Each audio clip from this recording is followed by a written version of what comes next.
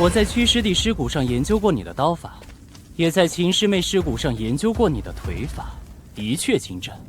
可惜，你的战绩过时了。过时？200年前，控剑术与战界两派论战，延康国师一人一剑横扫天下战技强者。当下是控剑为王的时代。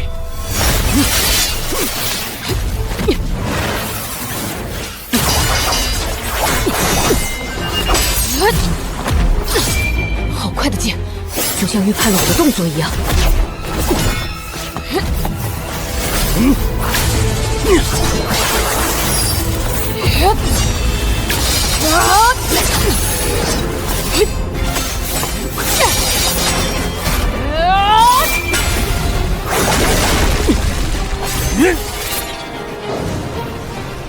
你出招的习惯已被我掌握，接下来你会攻击左面。可恶，被他看穿了。他的35柄剑，每柄都在施展不同的剑招，相当于35个人同时与我对战。无论攻击哪里，都会被阻截。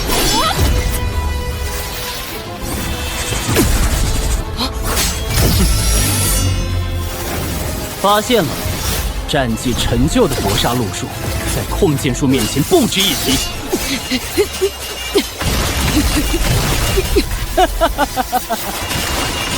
那就破了你的控剑术！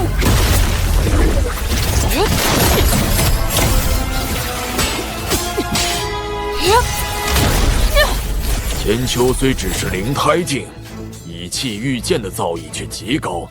他幼时曾以元气控笔，于30丈外画仕女图。仕女图上的发丝根根分明，纹丝不乱。这位小兄弟想破他的控剑术，必败无疑。未必，木儿从来都不是个会认输的孩子，他是霸体，永不服输。霸体？他控剑的元气丝好细，肉眼根本看不清。上弦天眼，开！找到了！切断你的元气丝，看你怎么控剑！狂妄！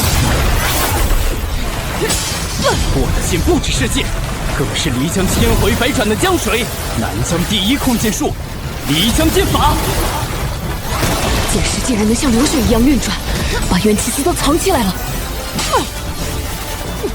你的战绩只有双手，而我的控剑术却有35路杀招。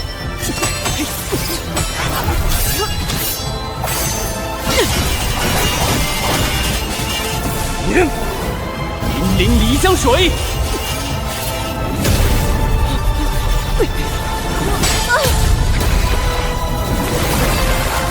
脚上！别小看战技，光火，你能操控多少剑，就有多少只手和你打。雷音八式第8式，千手禅尊。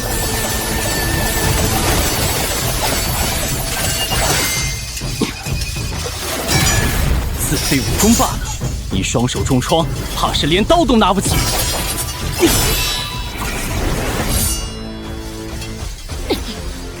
杀猪刀法！想模仿控剑术，一袭御刀吗？这么粗的元气丝，刚劲有力，但速度太慢。天魔自在印，伊斯巴哈，魔道手印。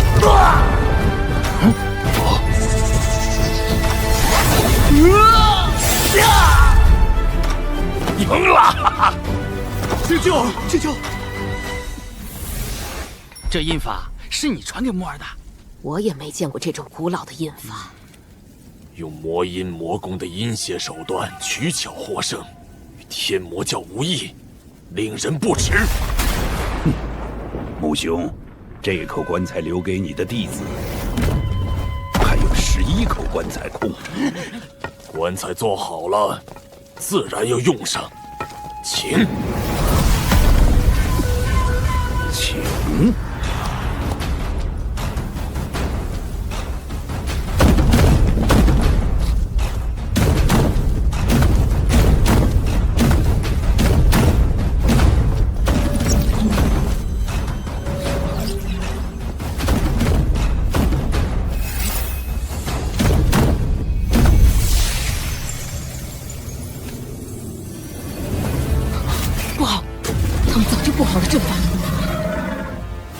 木耳，再仔细看看。还是婆婆和爷爷厉害，堵住了他们的阵眼。阵眼可不止在村内。漓江水龙阵，起！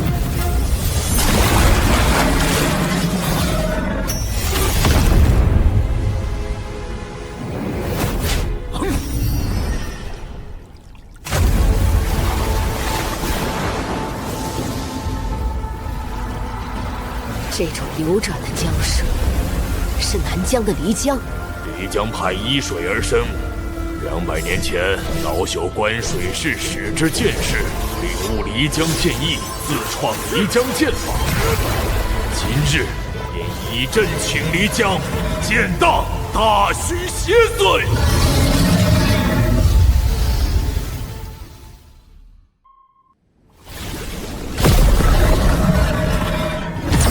婆婆，江水里的水珠好奇怪，里面似乎冒着含铁的金光。小心，那不是水珠，而是剑丸，由数以万计的剑所炼成的剑丸。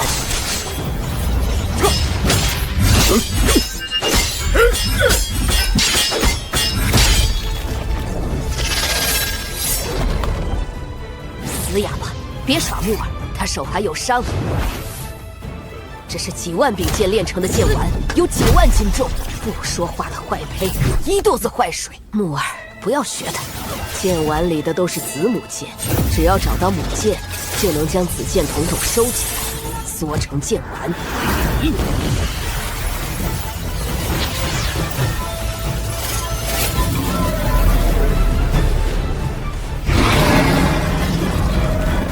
他们竟能同时操纵万把剑，瞬间造出以剑构成的龙。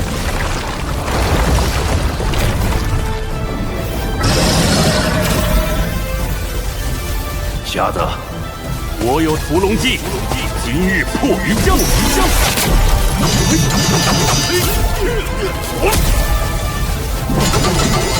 撤！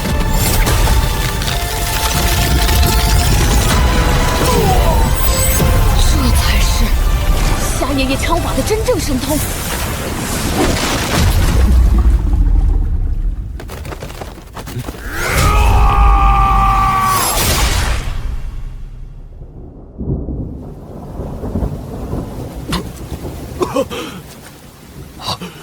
我知道你是谁了。过去，我一直想寻你一战，看看我穷尽一生所创的漓江剑法，与你真至神境的枪法究竟相差多少。可叹，我有机会相逢，就听说你被人挖去双眼。而今，你见到了。没想到你失去了双眼，枪法却更胜从前。我们漓江派习俗是水葬，尸体见不得土，还请道兄成全。放心，村口就是永江。得见神枪，死而无憾。果是我们的时代，终将有望诞生出新的神奇。下一场，我来对赌。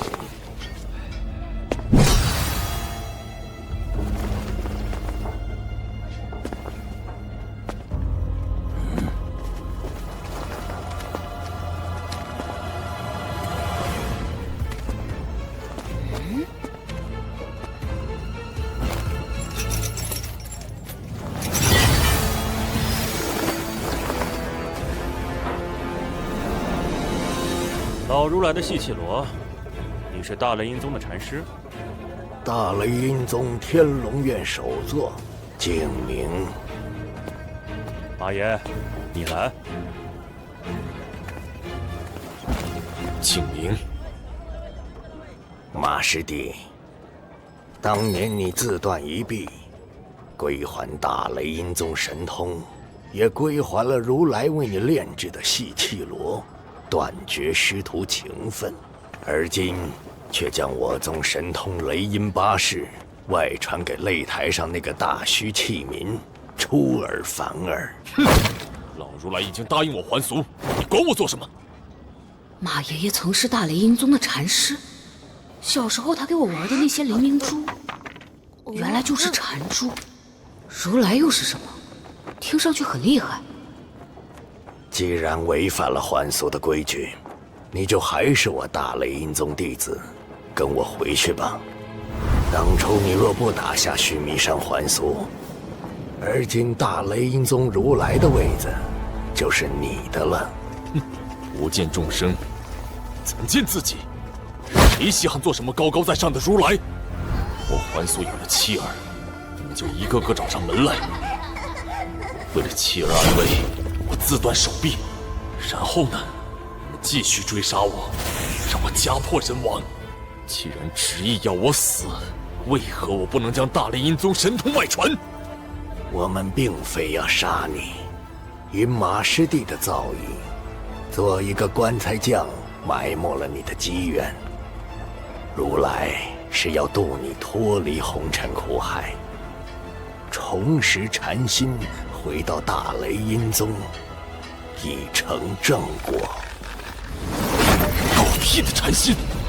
杀我妻儿的时候，你们心里有禅吗？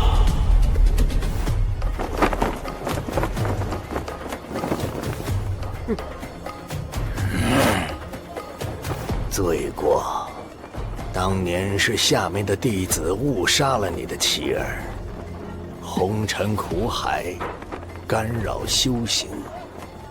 这么多年，马师弟还没有明悟吗？废话！要赌便赌，不赌就滚！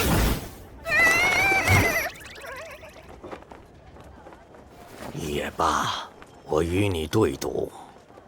这是我徒儿明心，他也是灵胎境。马师叔，这次由他来与你的弟子打擂，如果他赢了，你跟我回宗；如果他输了，细气罗归你。我输了，你拿我的脑袋回去见如来。那可是你的命！脑袋没了，你妻儿的仇谁来报？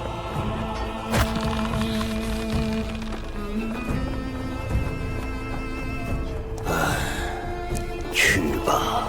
是。这亦是你的修行。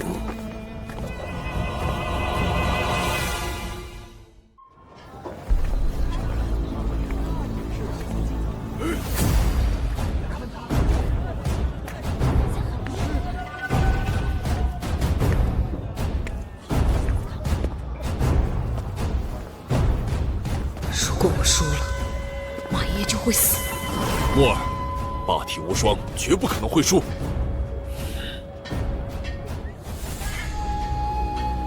我相信你。小禅师，明心。放牛娃，秦牧，我是霸体，我一定要赢。观实力。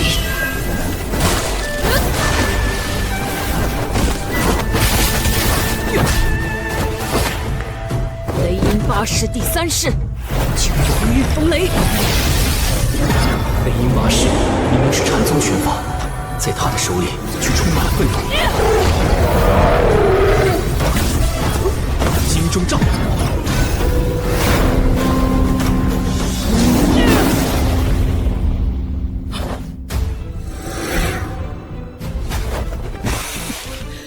即便是魔元，也扛不住九龙御风雷的力量。小禅师竟能不躲不避。我大雷音宗功法与其他门派不同，走的路子由体表到禅心，修到体表称之体如来，修至禅心谓之心如来。这位小兄弟未得真传，只修到体如来的层级。你的弟子明心倒是自幼修习心法，如今已至新如来的表层。心法，什么意思？禅宗功法以心境见长，尤其是我宗心法如来大乘经，与雷音八式完美契合，两者相互配合，才能真正显示禅尊慈悲之力。慈悲？拳头不就应该用来打架吗？你的内心太过愤怒，接下来我也使用雷音八式，你就能看出区别。神啸天眼，开！雷音八式第8式，千手禅尊。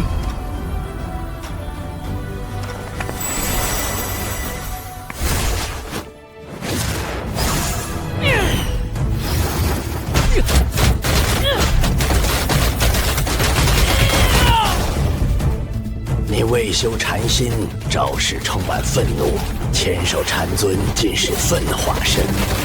小禅师的心法确实厉害，和拳法结合后，有种很柔软的威力。这就是他说的慈悲之力。我以慈悲力度你愤怒心。难道真像小禅师说的，我没有学过心法，打不出完美的雷音八式？如果因此害死了马爷爷，不行，我绝不能输，他一定有破绽。新如来，即有表即里的禅尊，没人敢向禅尊出手。木儿敢。找到了，就是那里，他体内元气最薄弱的地方。小禅师，这就是你心中的禅尊吗？我见人，人人皆禅者，禅尊皆在心中。我心中无神，这世上无禅，谁高贵？去他的神！无魔，去他的神！我就是神，就是禅尊，就是魔。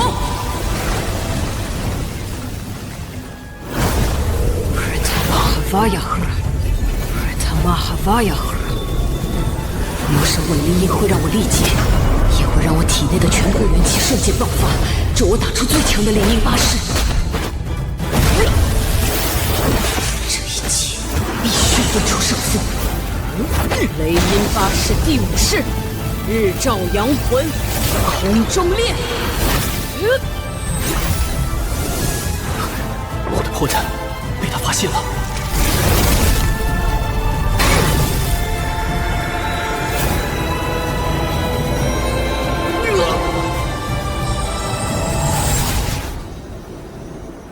当年你急于求成，致使你修炼时咽喉处留有破绽。禅尊法相并不完美，看来你将这个破绽也传给了你的徒弟。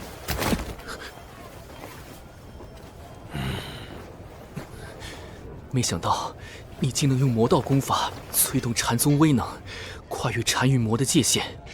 什么禅啊魔的，都是你们定的，只要好用不就行了吗？是我输了。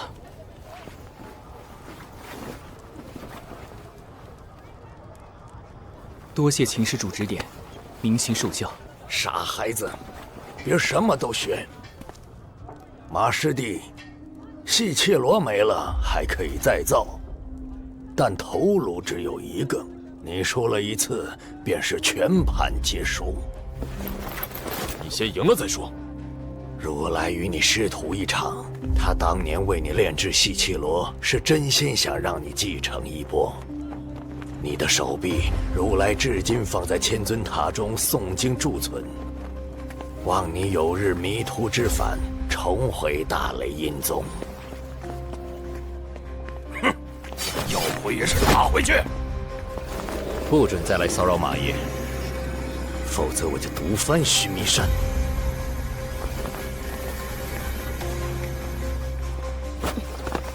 马爷爷，婆婆，既然担心老禅师再来骚扰，我们为什么不杀了他？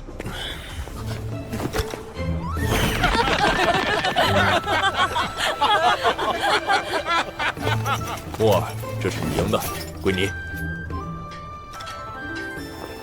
他的名字叫西绮罗，四骨12环，是大雷音宗如来所炼。12环可以去除12种杂念，丈分4骨，断4生，念4地，修4等，入4禅。它的价值堪比一整座香龙城。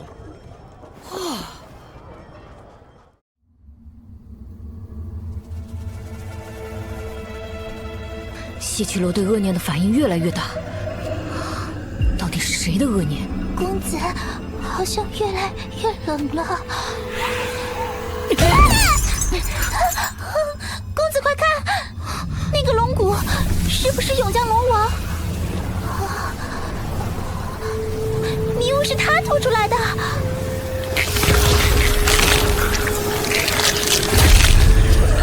别怕，迷雾好像是永江龙王操控干尸的摆设，他想要保护什么东西。这是一条幼龙，他被一把剑穿透了身体。这里一定发生过一场血战，永江龙王的孩子中了必死的剑伤，他不忍爱子逝去，将幼龙冰封在此，即使魂飞魄散，也留下龙骨日夜守护。永江龙王怕幼龙再受伤害，就杀死了所有的闯入者。这会是西绮罗感应到的恶念吗？我似乎听见了西绮罗的禅音。谁在说话？来者可是大雷音宗弟子，老夫顾里暖，延康国太子少保。这个老先生还活着，怎么他一说话，西绮罗就不响了？若救我出来，到了延康，我保你们荣华富贵。我是大虚人，不是大雷音宗弟子。我听说延康有个叫神域的东西要杀我们。那又如何？太子就是延康国的下一任皇帝，而老夫是太子的启蒙老师。有太子做靠山，你说老夫能不能保你？老前辈这么厉害啊！你为什么要跑到冰里去呢？当年老夫奉太子之命，带着门生探索大虚神迹。顾大人，是这枚珠子在吸收他人气血，输送给玄冰中死去的幼龙。此乃真龙的龙珠，不可再让龙珠为祸。我来收了它。不料，这竟是旧时代永江龙王的龙珠。我那些门生统统被龙珠吸走了气血，而我则冰封在此近200年。不吃不喝活了200年，公子，你信他吗？老前辈说的有道理。老前辈，你这黑旗子又是做什么的？一点护体的小法术罢了。小少年，老夫拼尽一身元气，将佩剑挪到冰外。你持剑斩了龙骨，龙珠便再也封不住我。我才灵胎境，如何能斩龙神的神骨？你不能，用了我的剑便能了。延康国集结能工巧匠，用尽天才地宝，锻造16柄1品佩剑，对应朝廷16位1品大员。我这柄是从1品佩剑，名叫少保剑。和西绮罗比呢？大雷音宗一派之力锻造的，与倾国之力锻造的宝物岂可相比？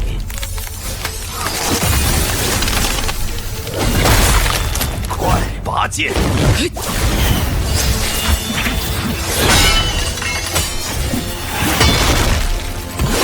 用剑斩断龙骨！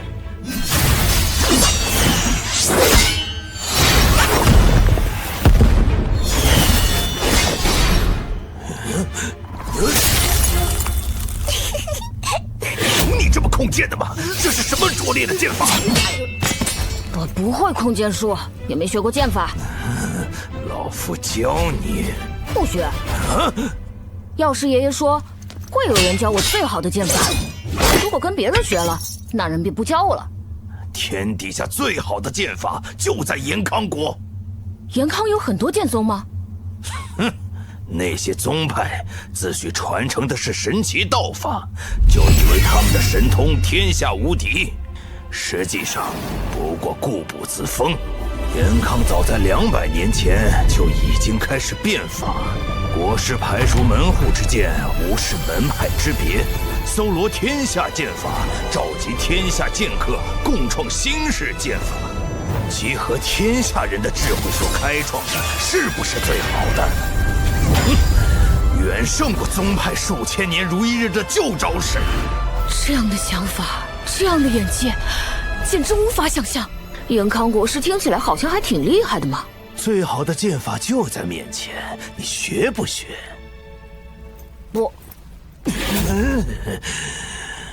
我传你空剑的口诀总行了吧？行吧。我这门口诀叫做丹心诀，丹心便是赤子之心。来，跟着我念：以心控剑，以心控剑，心至剑至，心至剑至。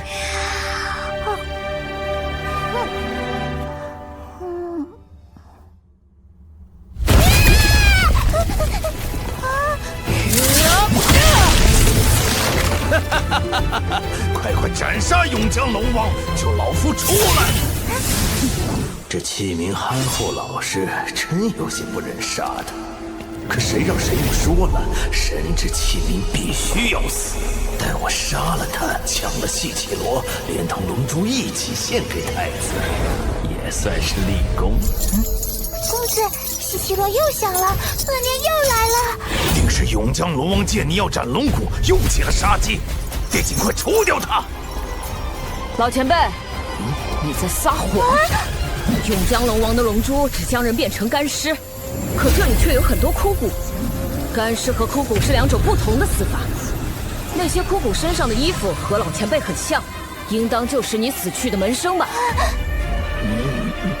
门生既然不是永江龙王所杀，那他们是如何死的？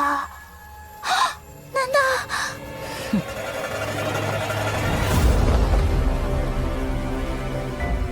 我推测，这黑帆就是真相的关键。老前辈被封在冰里，无法挣脱，担心自己会饿死，就痛下杀手，将所有门生的元气、血肉一并吸食，才在冰中活了200年。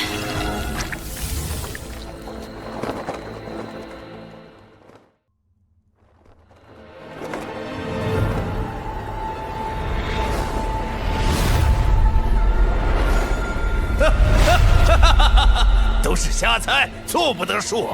小狐狸，你帮我斩龙骨，我传你更好的功法。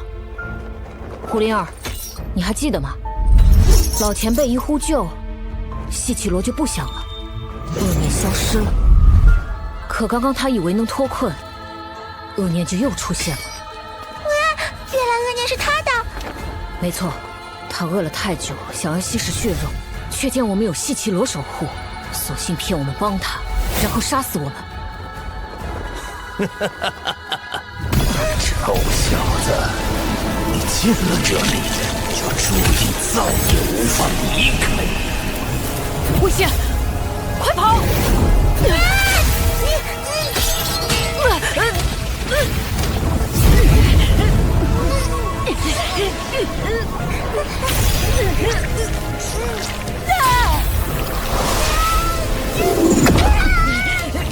杀了我们，也没法脱离玄冰。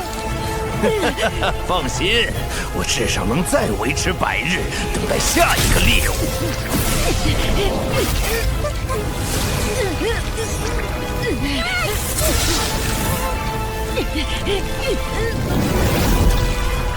休想！八级散弹弓！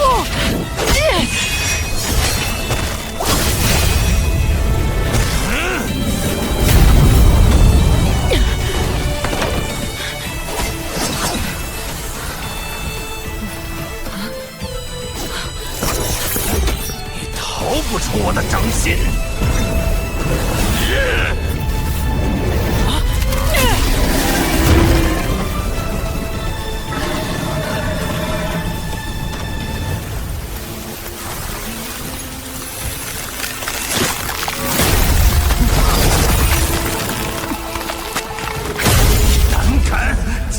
不救，我乃堂堂太子少保。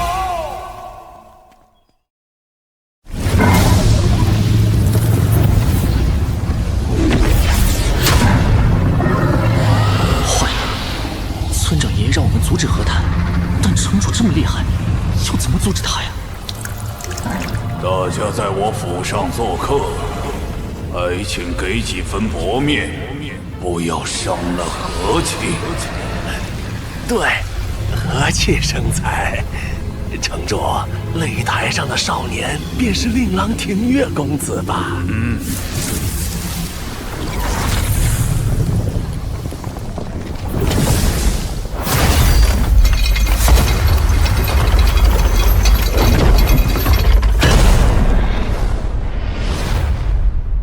据说城主夫人失踪多年，她从小没娘亲，似乎也是个可怜的少年。城主夫人。我乃堂堂香龙城城主的夫人。虽然他娘亲是个恶人，到底未安我长大，我与他也算有渊源。我不打了，我不打了，放过我，放过我吧！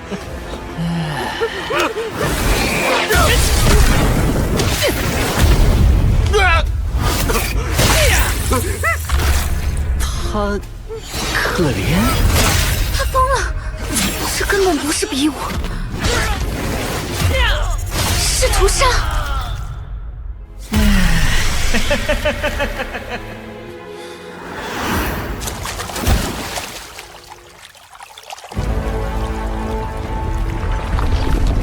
明月公子不愧是灵台境第一人，去年对战352名修炼者，无一人生还。小儿不过打死了一些大虚器皿，不值一提。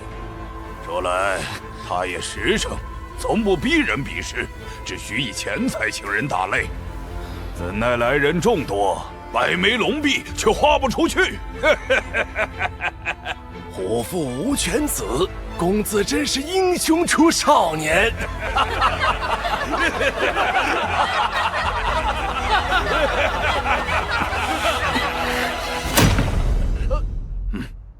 哎呀，多谢城主款待，饭菜很香，我打包一些回去给婆婆和夏爷爷吃，浪费可耻。孝顺的好孩子。这一餐要多少钱？来者是客，不收钱。城主不收，但我不能不给啊。100龙币是否够了？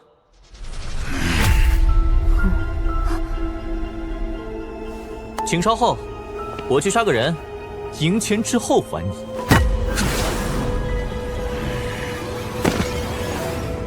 庭月公子，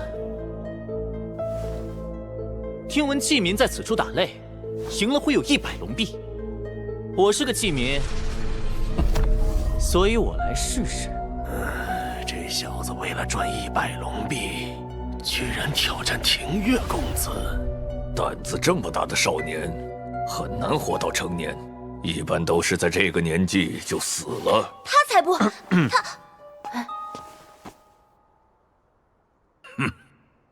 没想到大玉天魔经尚未决定归属，倒遇到这么一出有趣的事情。不妨我们打个有趣的赌，若庭月公子赢了，大玉天魔经便赠予城主；若是那个少年赢了，则继续由我保存，如何？教主夫人此言当真？3年来，少说也有1000人挑战月儿，没有能够活下来的。别贪吃，一会儿还有更新鲜的牲口。哼，气什么？在香龙城，低等器民和猪狗一个价儿，怎么就不算牲口了？用兵器吗？你可以，我随意。倘若你的水准能让我使兵器，我自会动用。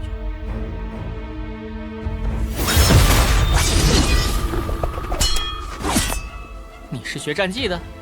这是什么破刀？它叫杀猪刀，专杀猪狗不如之人。想激怒我？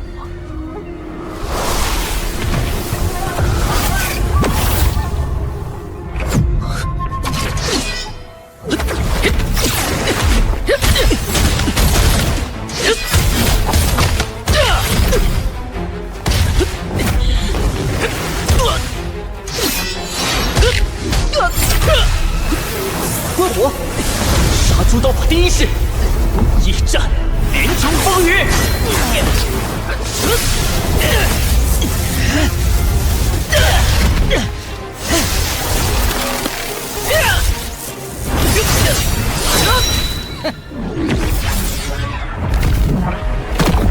你的一举一动，任何反应都已被我看透。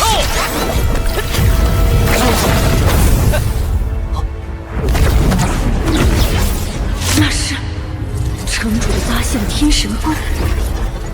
听月公子得城主亲传，已经能将元气凝成8只眼睛，以8眼观8方。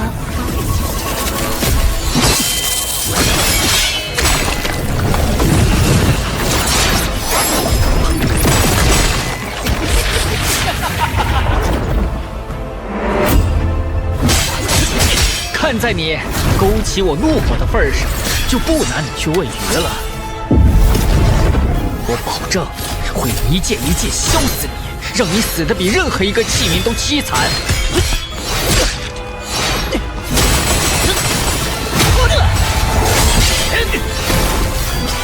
小心！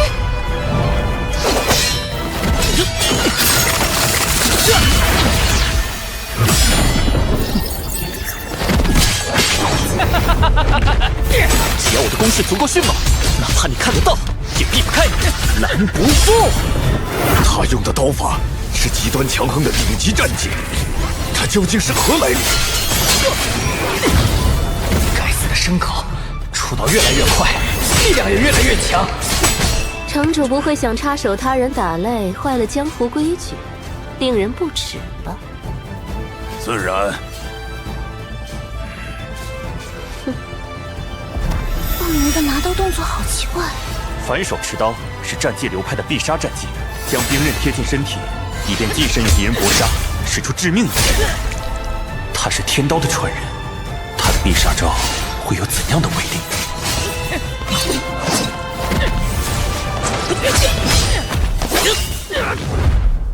杀猪刀法第3式，急刀出进来，车马轰如雷。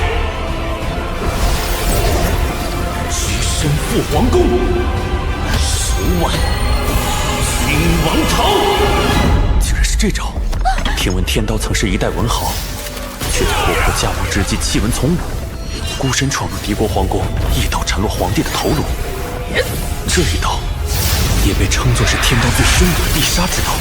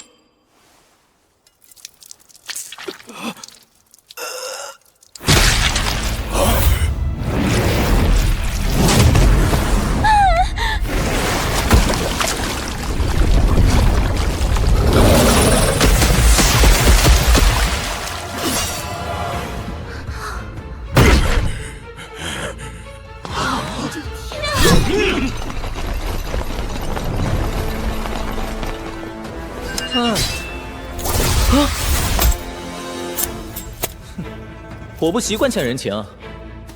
我们大虚器民虽然穷了点，但还是有些骨气的。这里是100龙币，我的饭钱。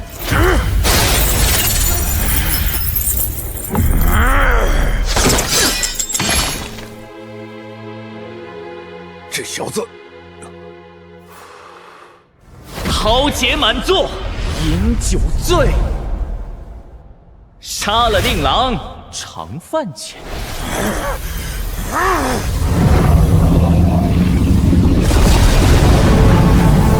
痛快！把他拦下！这是那天神头盗走我观音时施展的腿法。他得到神头真传，显然没有人可以留住他。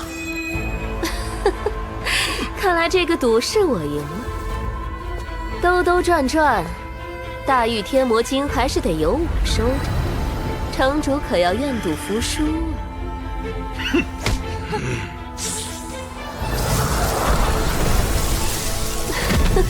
告辞。留下魔点，休要走！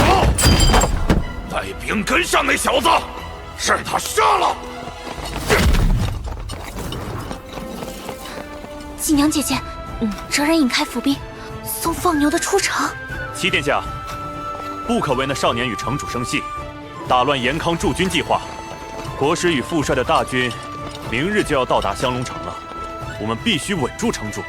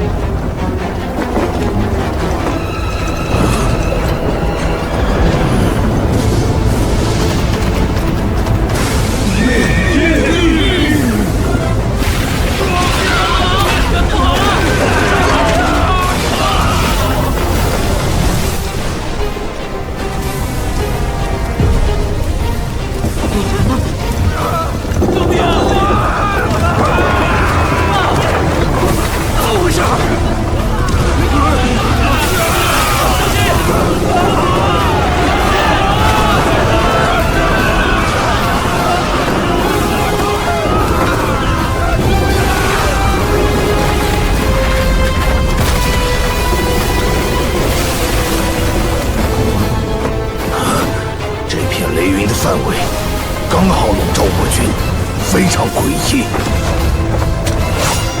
传令玄武军支援朱雀军。玄武军结冰盾，玄武军结冰盾，玄武军结冰盾。龙爷爷刚才画的雷云图，竟然真的变成了天上的雷云，好厉害！原来书画神通还能用来作战。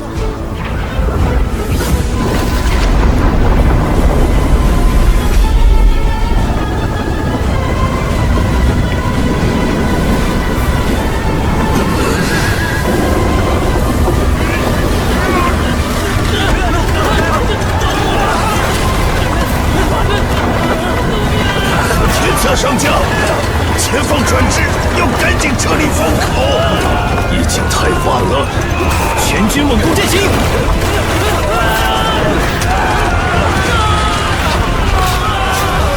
玄武军的兵盾挡不住了！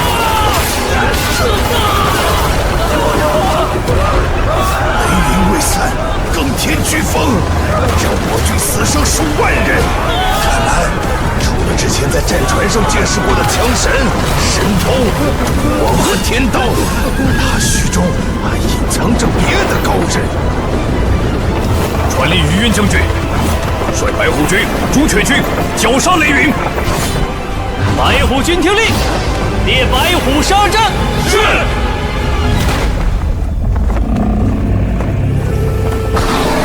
朱雀军听令，列阳火阵。是。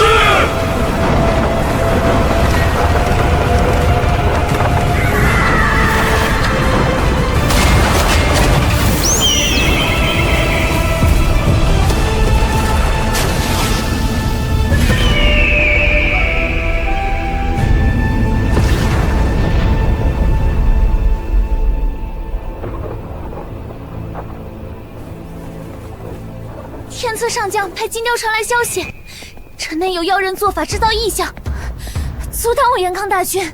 城主，你早前不是说已经处理好一切，连府内闹事的天魔教教主夫人和大虚神通者都解决掉了吗？难道你在糊弄我？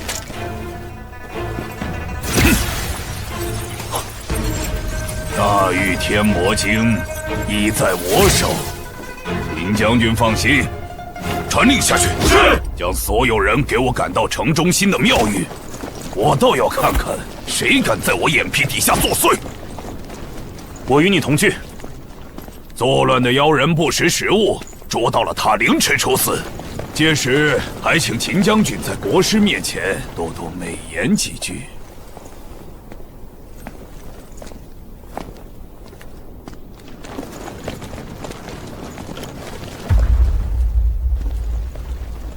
城主主身上的气味，好像和之前不太一样。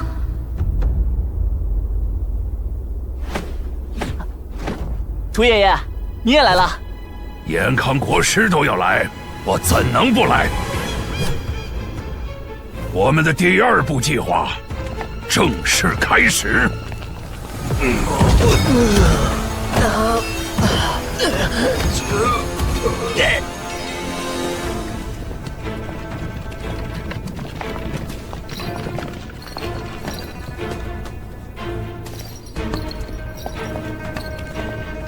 延康国师既然决定朝大虚出手，一定会不遗余力。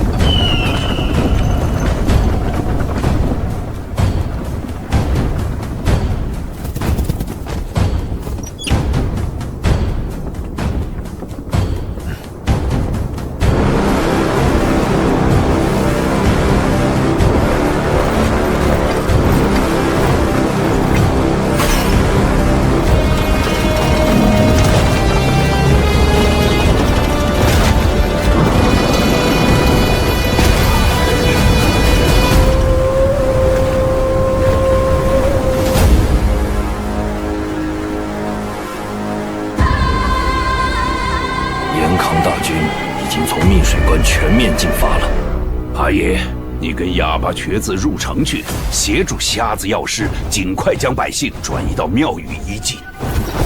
屠夫，动手！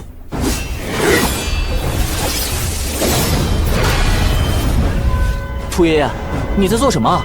快下神通，等黑暗降临，延康大军入城，我便激发我的斗意，炸毁龙柱。还可以这样？龙柱是天龙仙宫遗迹的一部分，将黑暗抵御在城外。一旦龙柱损毁，城楼倒塌，延康大军会被黑暗瞬间吞噬。而庙宇周围有星宿石，可护百姓周全。聪明，这就是我们的第2步计划。关键还得看聋子怎么拖住他们。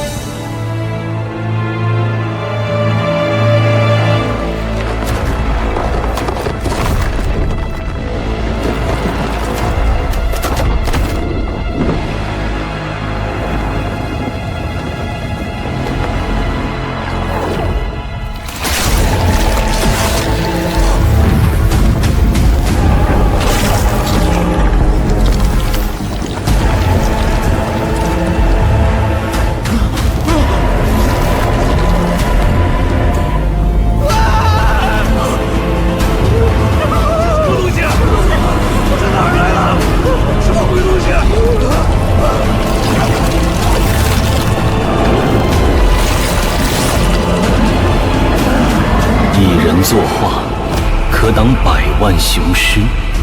山河破碎，万民痛哭。王者被魔神吞噬，无论敌我。这是18幅地狱图其一，百魔图。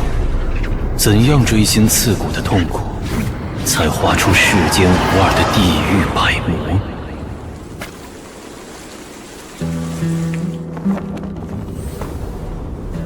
当年的天屠国太子，风华绝代，精彩绝艳，是天屠国第1美男子，也是资质第一的人，却只醉心书画，曾言自己2耳不闻天下事，一心只读圣贤书。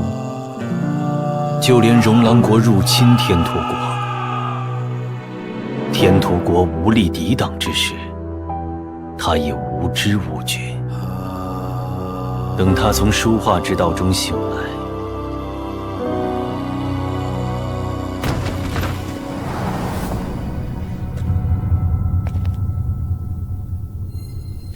国都已破，龙狼国正大肆屠杀百姓，战马踩踏着他妻女的尸骨，宫门上挂着皇后的头颅，甚至有士兵提着皇帝的头颅四处炫耀。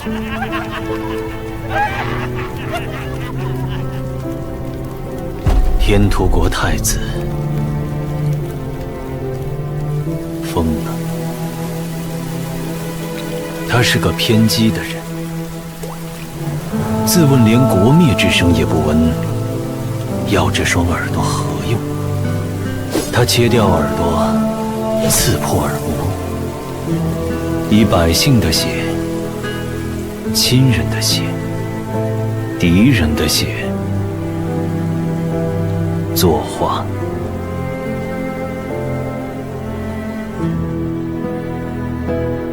画出18幅地狱图，他画出了地狱。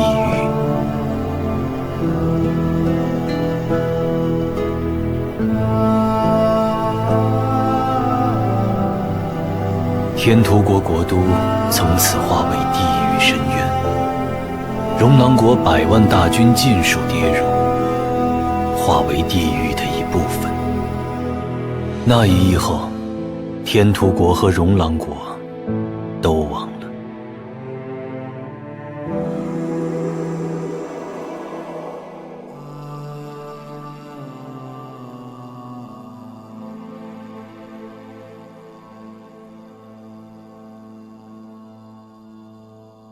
天突国太子也自此消失。我曾去过天突国国都遗址，从18层地狱中走了一遭，深知他内心的悲痛与绝望，也怜惜这份才能，因此向陛下上书，要在太学院建立画圣阁。没想到在大虚，竟能得见这位最适合做画圣的人。唉，只可惜是我严康的敌人。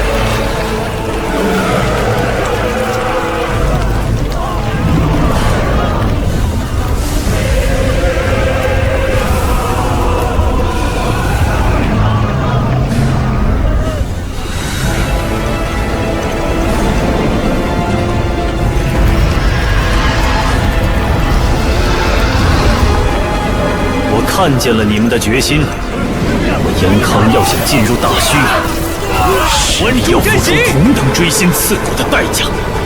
天策上将，百魔战力非寻常士兵能敌，大军伤亡惨重。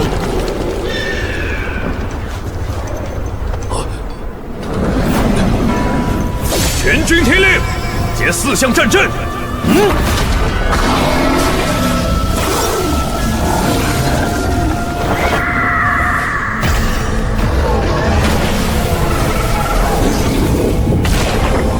精妙的战阵，4项相连，万军元气尽汇其中。领军之人是神桥境高手，以他之能，再集万军之力。天策上将以战阵闻名于世，所持天策剑在16口1品配件中排行第1，可将我所创4项战阵的威力发挥到极致。1人1剑，便是我延康国威。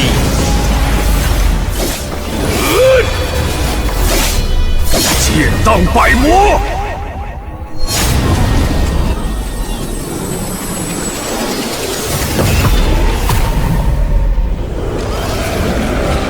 降百魔，固军心。大虚可破。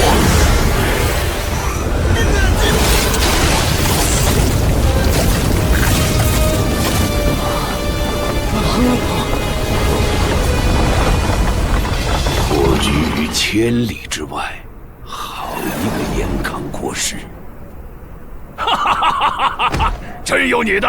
来吧，来吧！我已经等不及看当世最强的剑与当年最强的剑一决高下了。当世最强的剑是延康国师，当年最强的剑自然是村长爷爷。他们如果交锋，会何等惊天动地！龙子争取的时间已经足够了，接下来的降龙城决战将无比惨烈。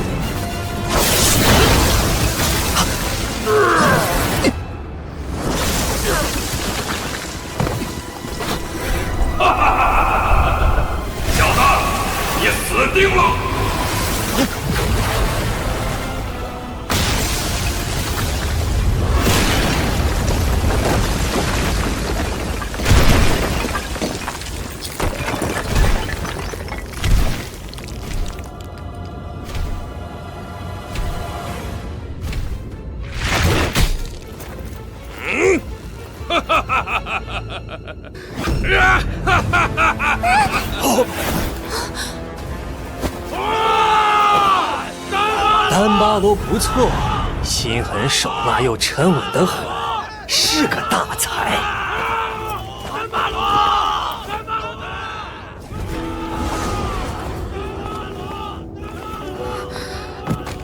放牛的死了！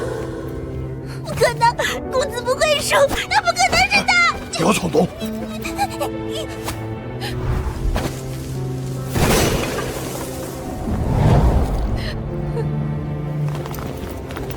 延康国的两脚羊就不配活在世上。接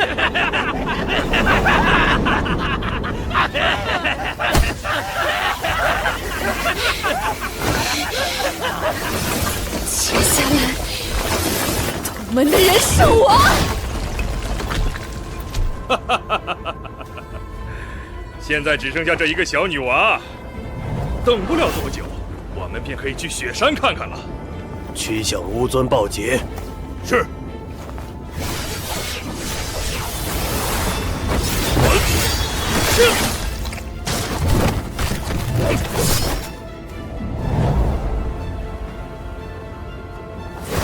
启禀乌尊，杜门的小家伙死了。哼，吴可汗，你很快也要死了。丹巴罗怎么不回来？多半是因为他也受伤了。丹巴罗生性谨慎，受伤之后肯定会立刻疗伤，不留下任何隐患。这也是他令人赞许的地方。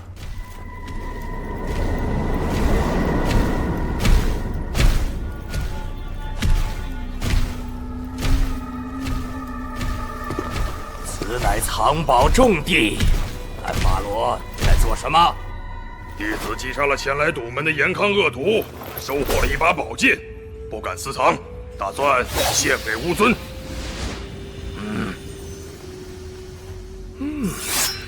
好灵兵，在我黄金宫中也找不出几件能够与他相当的宝物。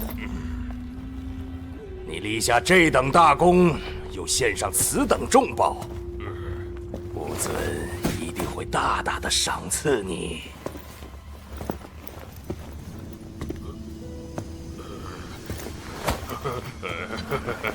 还望师兄行个方便，带弟子去宝库看看都有哪些宝物。待到觐见乌尊时，弟子便能求得赏赐。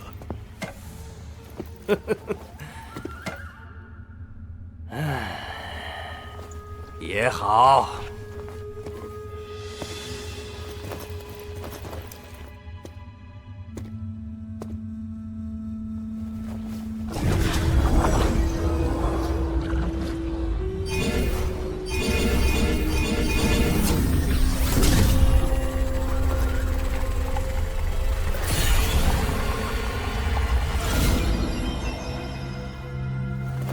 记住，只许看，不许乱碰。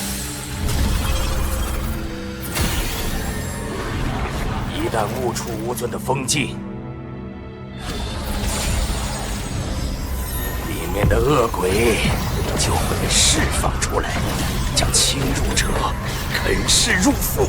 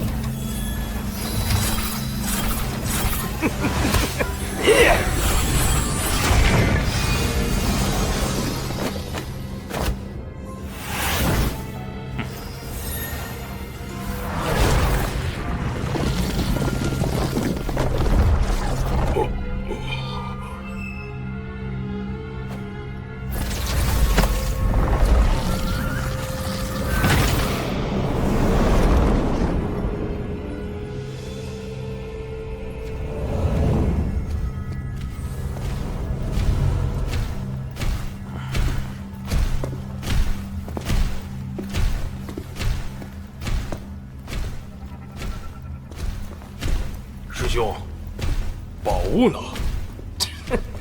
急什么？走近点再瞧瞧。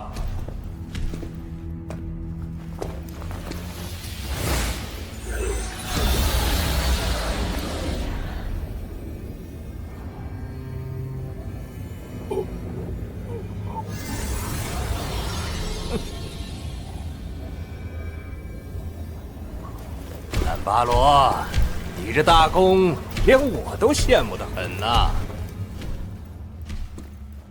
我从严康人身上得到了不止一件宝物，还得了一瓶圣药。我嗅了一下气味，美妙得很，似乎要成神了。丹巴罗，我提前带你来这里挑选宝物，你不孝敬孝敬我？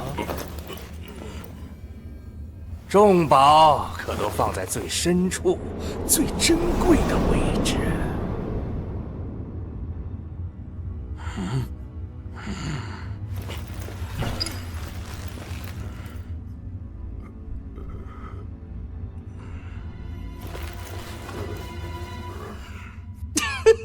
小气。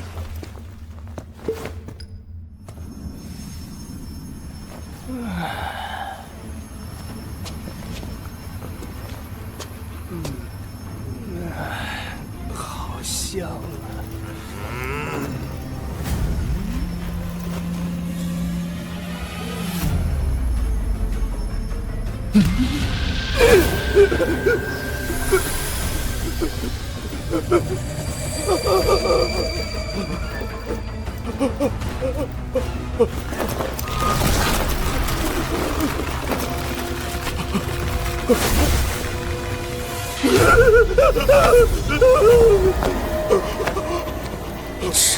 这叫痴迷香。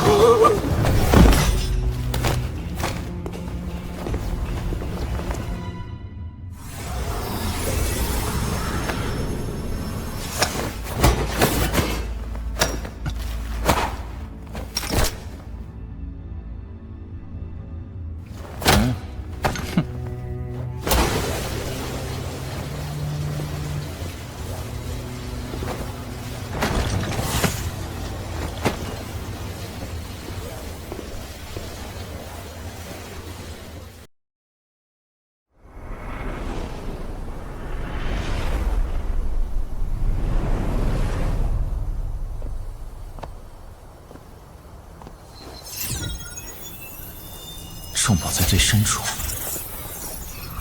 屠爷爷的下半身应该就在那儿了。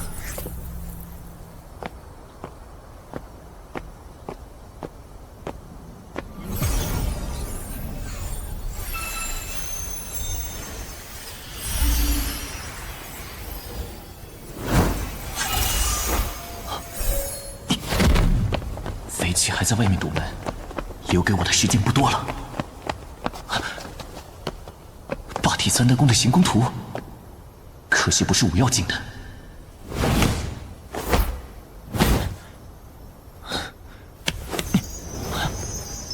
这半截身体金灿灿的，看着就不像屠爷的。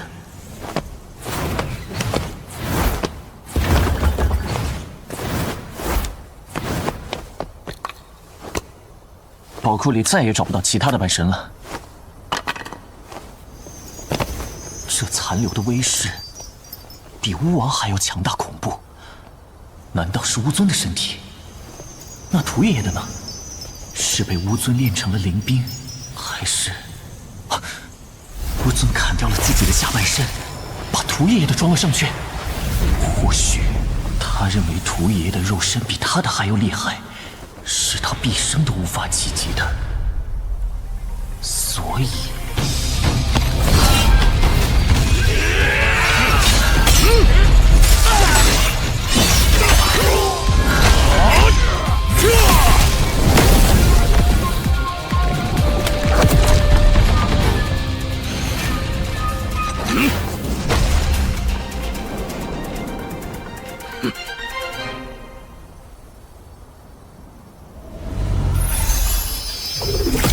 风镜每时每刻都在变化，若非熟知它变化的规律，哪怕拿着符宝也解不开风镜，反而会释放出恶鬼。假设离开宝库的符文顺序是：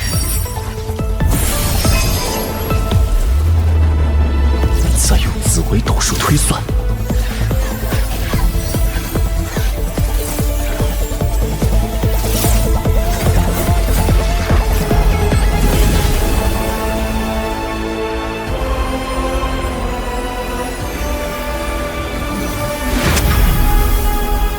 必须抓住风镜变化的短短一瞬。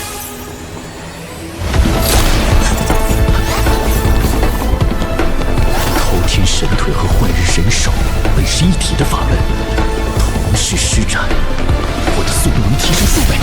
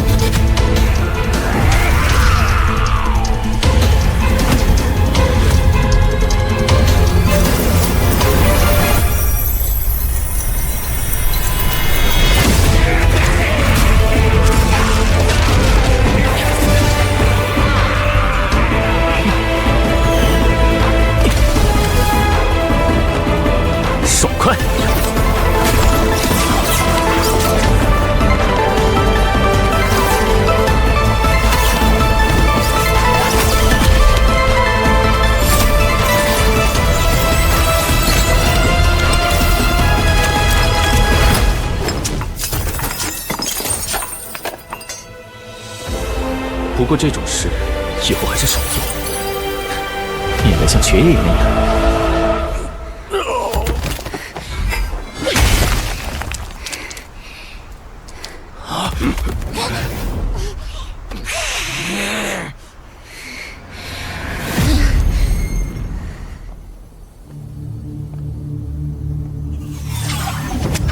这古琴有一股血煞之气，倒像一头无比恐怖的大妖。难道是树精修炼成妖，又被做成了琴？禅宗的千幢塔也是个好东西，就是太大了。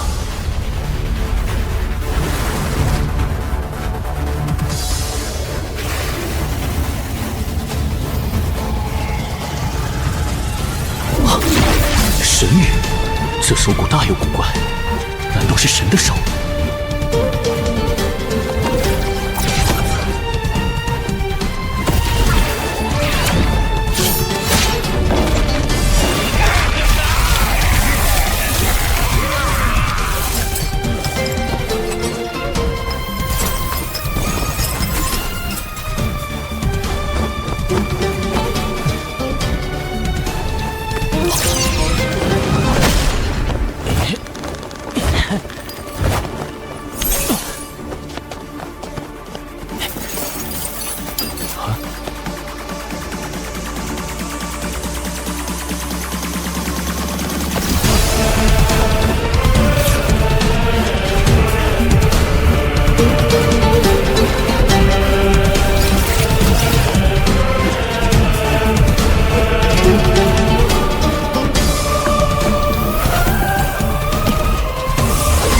这口残镜似乎没什么威力，却被收藏在宝库最深处。难道它比神的手还要珍贵吗？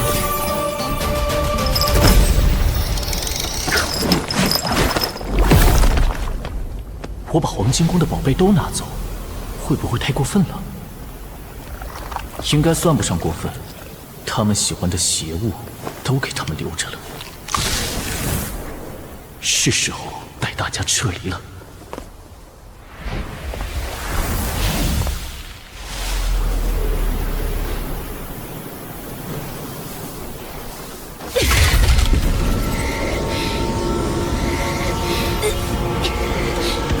死吧！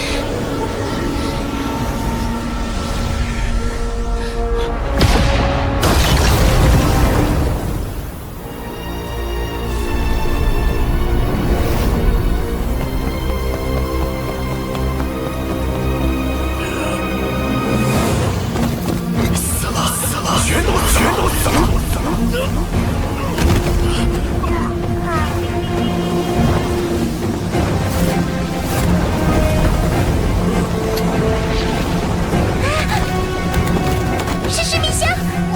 又来了！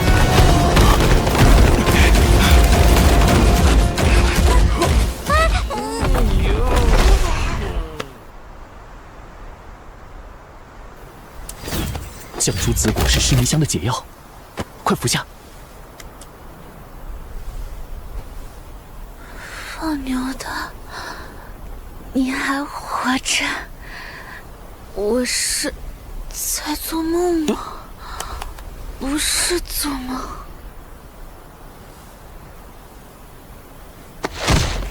影响哟。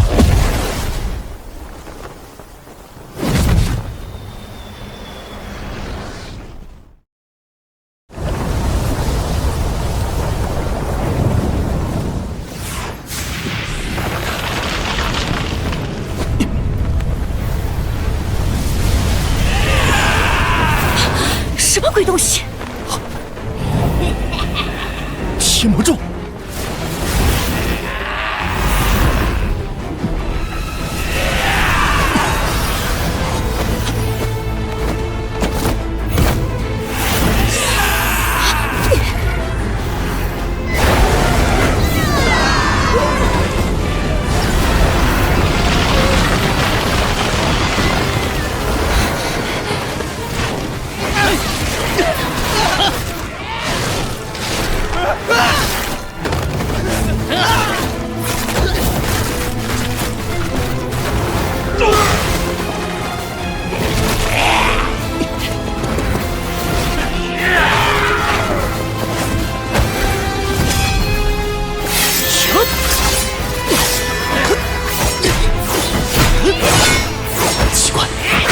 天魔咒似乎比暗界的弱了许多。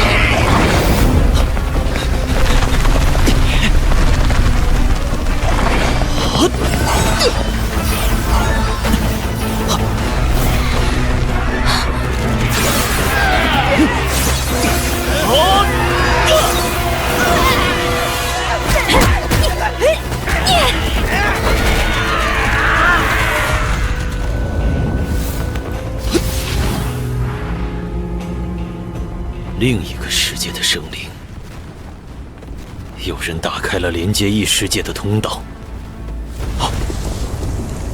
就凭红山派那三脚猫的功夫，还能让一个世界的神魔给他们助战？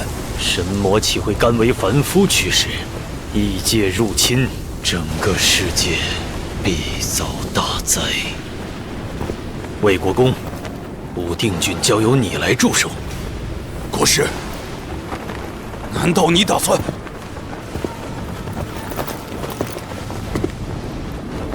血迹不止，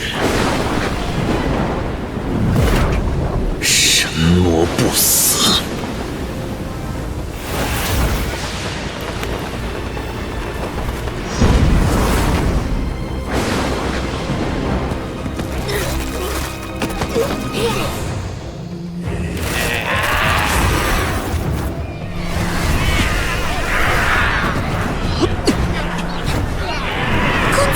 龙大他们不会被这些怪物杀死了吧？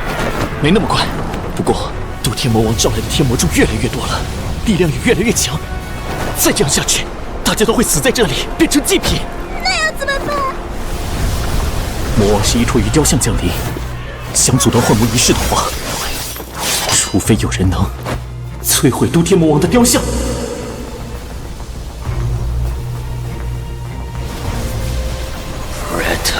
Deva Avatarana, Preta Deva Avatarana, Preta Deva Avatarana, Preta Deva Avatarana, Preta Deva Avatarana.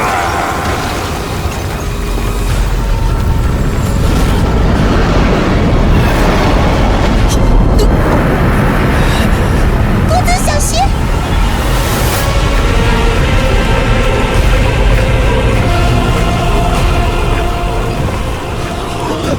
那是天波城凤翔，竟能请来魔王真身，红山派的底蕴不容小觑啊！凡人岂能敌得过神奇之力？即便是延康国师，也不过是蝼蚁。哼，很快。玉恩兄妹又得成丧家之犬了。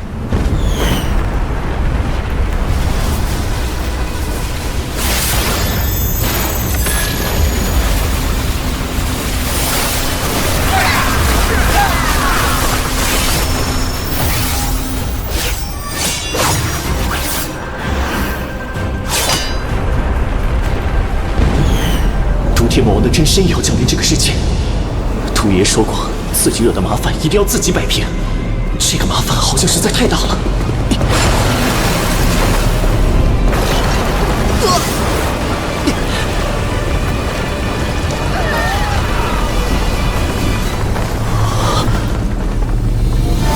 这股气息似是大宗师。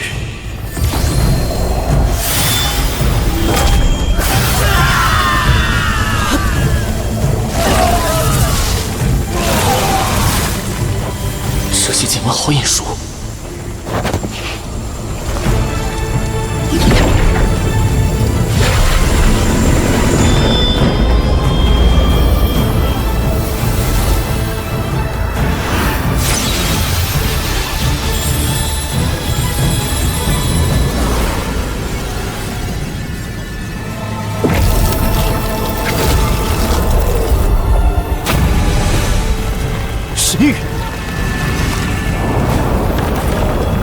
旧时代神国的法术。何人胆敢阻我？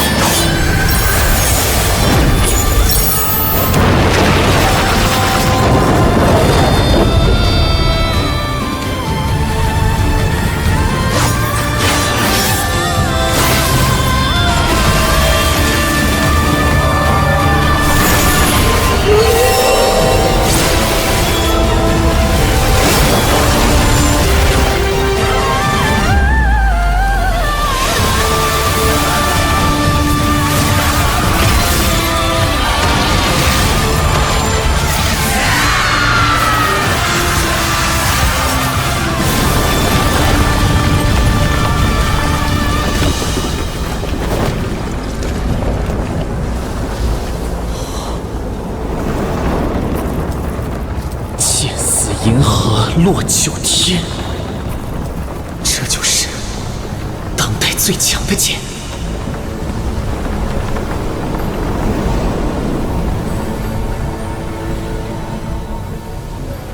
这股剑意是大六合剑法，延康国师出手了，一剑便有如此威势。他真的受伤了吗？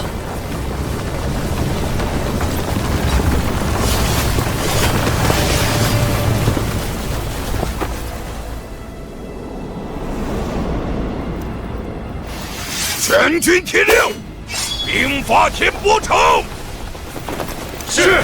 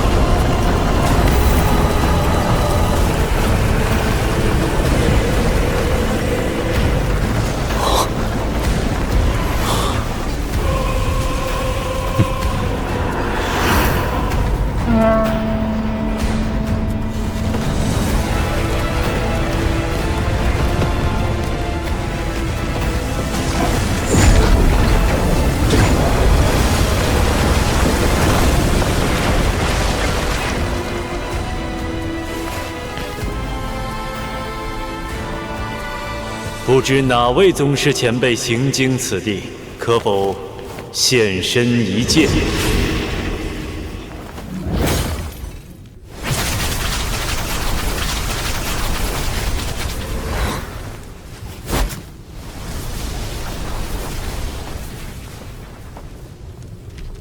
国师，真的是国师，得救了！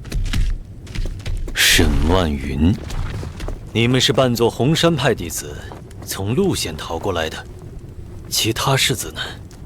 太学院船队全军覆没，多亏秦博士带我们提前抵达，这才救了大家一命。不料又遇上魔王作乱，我们便与秦博士失散了。恳请国师派人找寻。秦博士。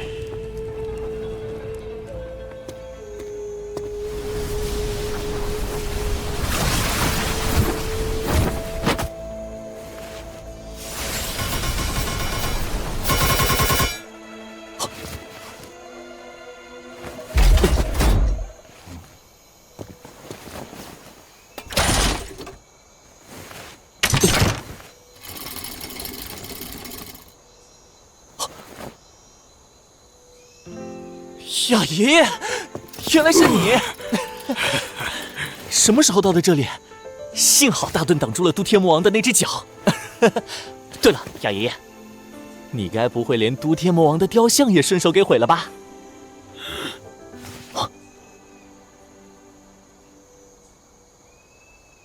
我与几位旧时代的人交流过，以为各种神通道法都有接触。没想到见到了另一种与众不同的神通。敢问道兄，可是上个时代的人物？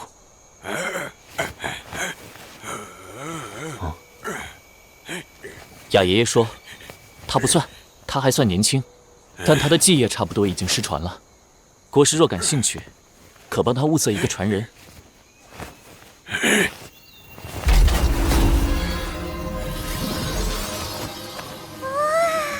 光叶里似乎是各种古老的符文，各种异兽的图案，周天星辰的阵纹。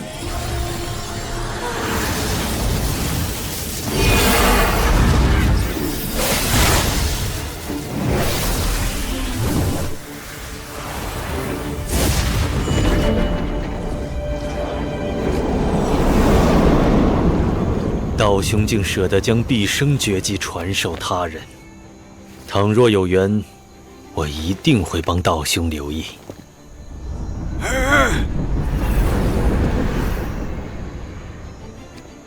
秦博士如何认识这位道兄的？他是我家大人。天圣教除了大祭酒，竟还有这等高人，不愧是魔道第一圣地。国师猜错了，我出自大虚，我的家人自然也在大虚。秦博士确实家学渊源，难怪会在天波城闹出如此大的阵仗。他们只是先头部队，后面不知还有多少高手。快转舵！龙胖，进船！能划破这颗船的，至少也是天人境高手。龙胖，再快些！好重！你们是不是胖了好多？胖的是你！再不跑快点，不等过年你就要被吃掉了。小心！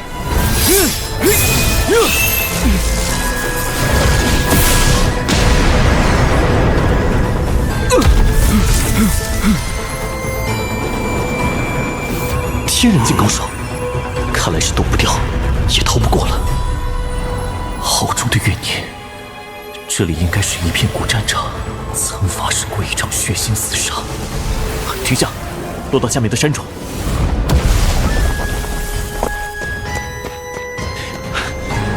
就以这里作为战场，会一会他。胡灵，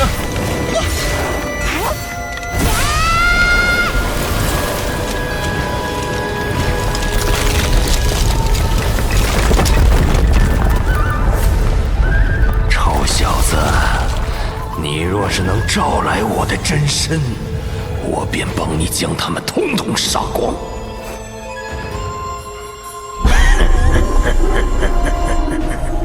熊皮魔神，哼，他只是我的手下之一。Preta Deva Avatarana, Preta Deva Avatarana, Preta Deva Avatarana, Preta Deva Avatarana, Preta Deva Avatarana。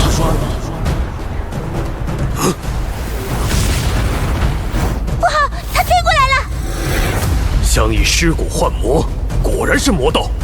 今日徒也替天行道，是为大香城的道友报仇。龙胖，拦住他！快去呀！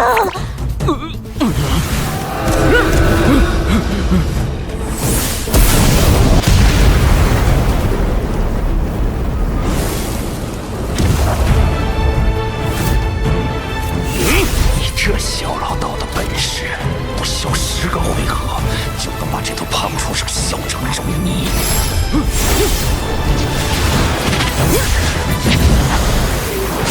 小孽畜，还敢不降？莫非要魂飞魄散？屠天魔王，拖住他！不去，我被困在这副躯壳里，使不出全力。我若是死了，世间无人能幻魔，你的真身也永远降临不了。你若是为我卖力，我也不会亏待你。真教级别的宝物，这小子为了让我出手，倒是下了血本。不过我现在若是出其不意做了这小子，那么我便自由了。这具钢铁之躯被这小子装满了机关，万一杀了他之后机关锁死，我就要被困在魔神像里，再落入这小老道手中，也是死路一条。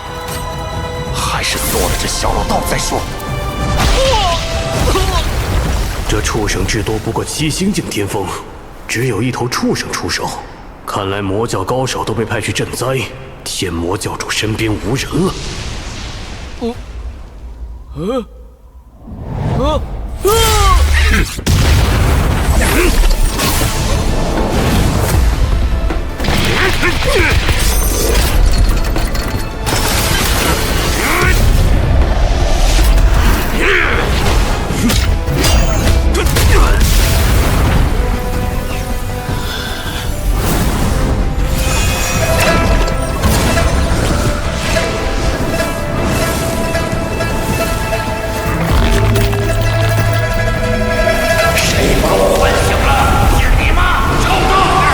一架用树妖制成的古琴，倒也是一件难得的宝物。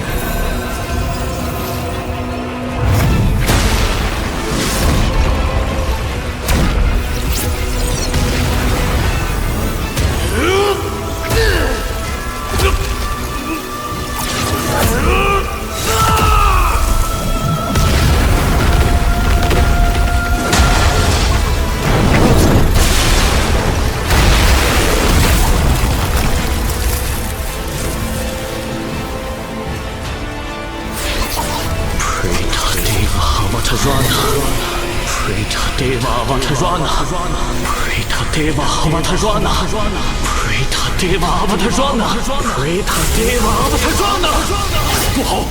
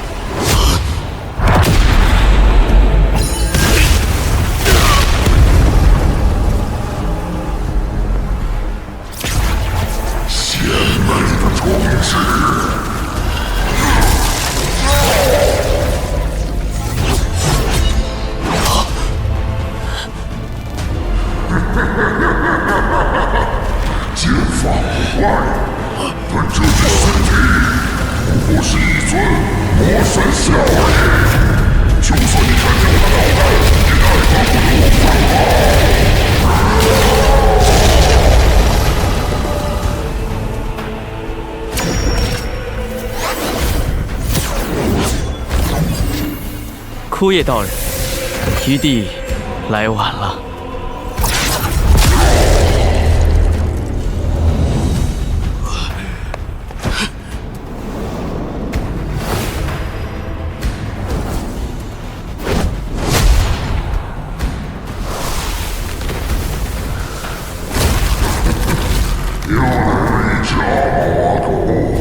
琼里宗琼夫子门下卢文书，见过天魔教主。我师父与离散人田真君有思天下疾苦，命我这个晚辈前来向前辈出手，不算过吧？琼夫子与我平辈，他没有向我出手，反而派了一个又一个徒弟，已经是看清我了。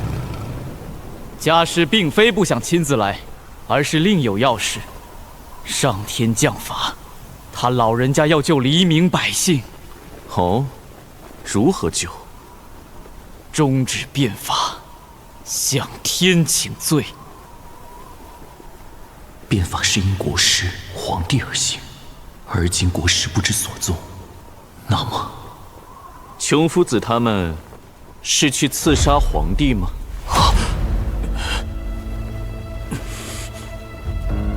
国师给老如来面子，让他救走琼夫子等人，条件是不再插手事实。为何出尔反尔？为天下众生故，为何不能出尔反尔？灵秀宫青羽散人来杀天魔教主。既然来杀我，为何还要见礼？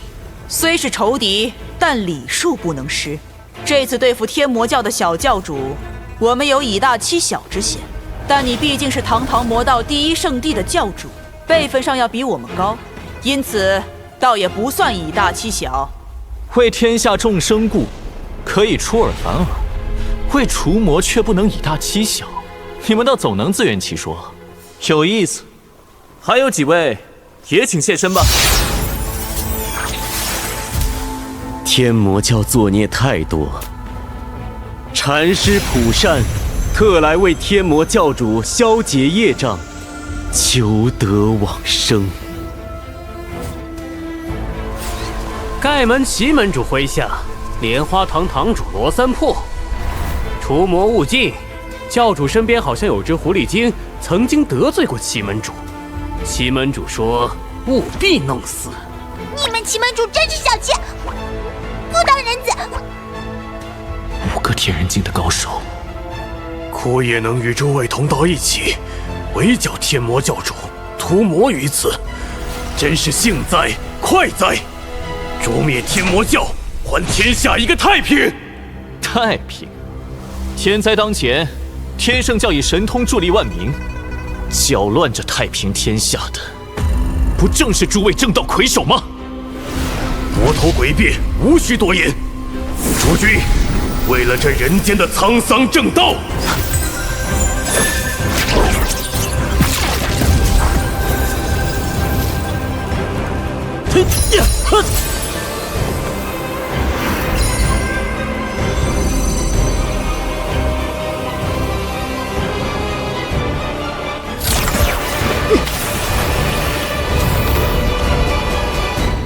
为了正道，杀！熊皮大魔神，我将他们统统献祭给你！